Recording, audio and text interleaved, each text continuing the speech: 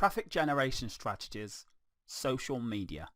Now, to get great social media traffic, you've got to have a look at these different platforms and then create content that's adapted to how they work.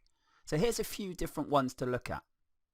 YouTube and review videos.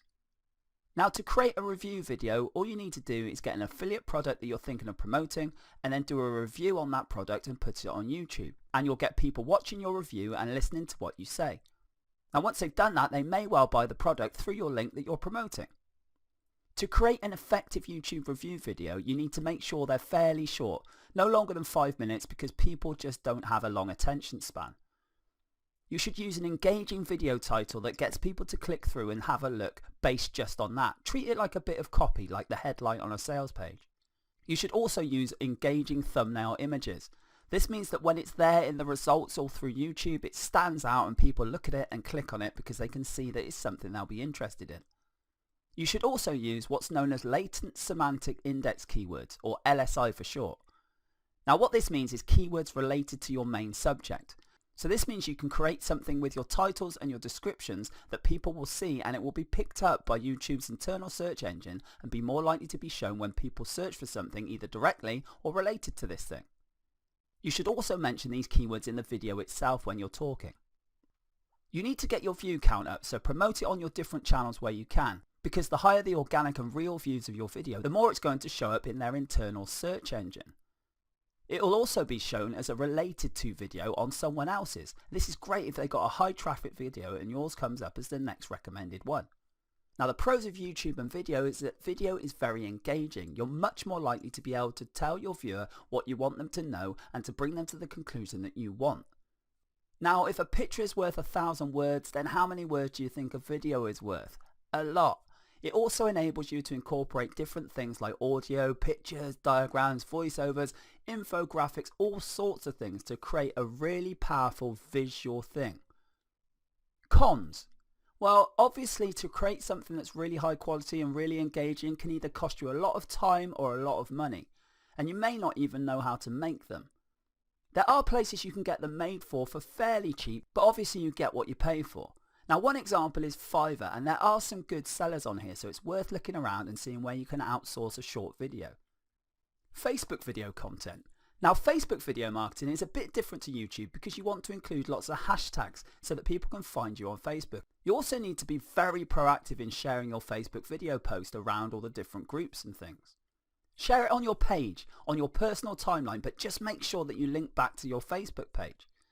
Your video should also be posted in niche-focused Facebook groups that are related to whatever you're selling. Now, the more places you join, the more places you've got to share that video. And the great thing about sharing video links on Facebook is that users not only get to see your video, click on that link, but they also get to click the like button that's connected to it, which is your page. So when you share a video you posted, you've got a chance of getting new likes as well. Now, the pros of Facebook video is that the content has the same benefits as YouTube, but it's easier to convince people to click through and you can get those likes. Now, the cons is that you have to join quite a few Facebook groups to have a decent distribution platform, and also you can't be too aggressive with it because Facebook will shut you down. They'll either give you a ban for a short time or they might even delete your page if you get too aggressive. This is because people might think you're spamming, and this can be a serious problem.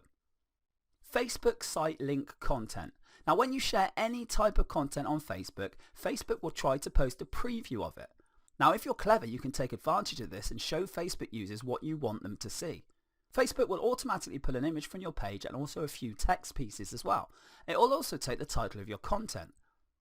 The good news though is that it's not set in stone. There is some customization available.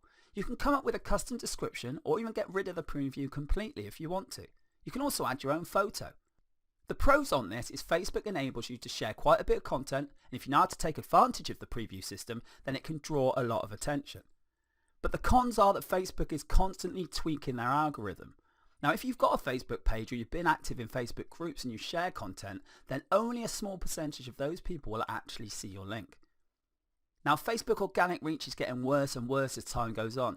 But you can work around this by posting more content, but if you post too much content, you'll get seen as too aggressive, and then you've got a problem of maybe a ban or even deletion of your page.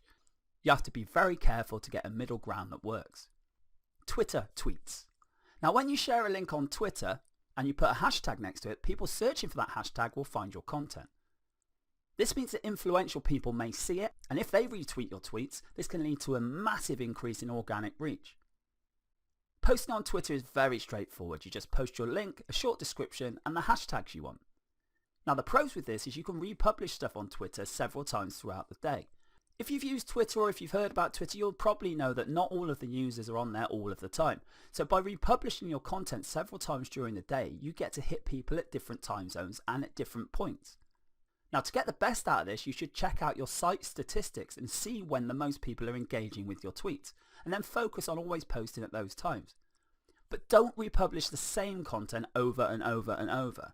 You should use other quality third-party content that you don't have to create yourself related to your niche, and then every now and again republish your own stuff leading to your offers. Also, make sure you're targeting the right hashtags.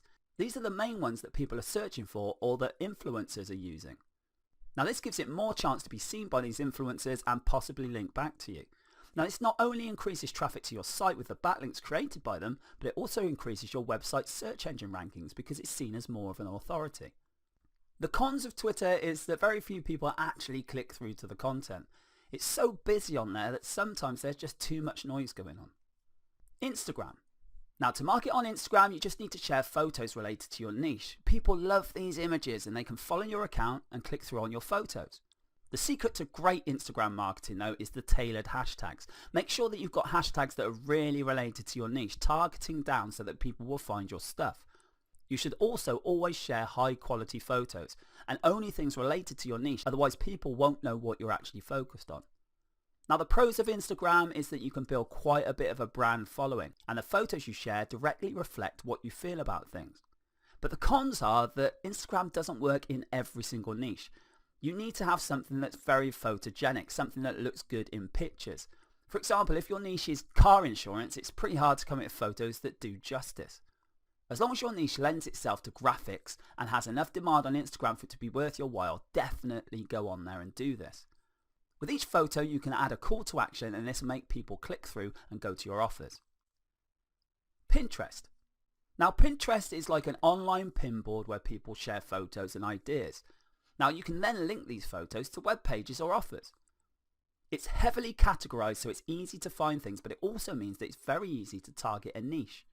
Just like Instagram though, if you're in a niche that doesn't really lend itself to photos or to imagery, then you're probably better off concentrating on a different platform. The pros of Pinterest is there is a lot of traffic to be had. The click-through on there is absolutely massive for certain niches, but they do have to be graphically friendly. You should ideally link to a squeeze page so that you can actually capture their email and then you can use this to contact them again and again.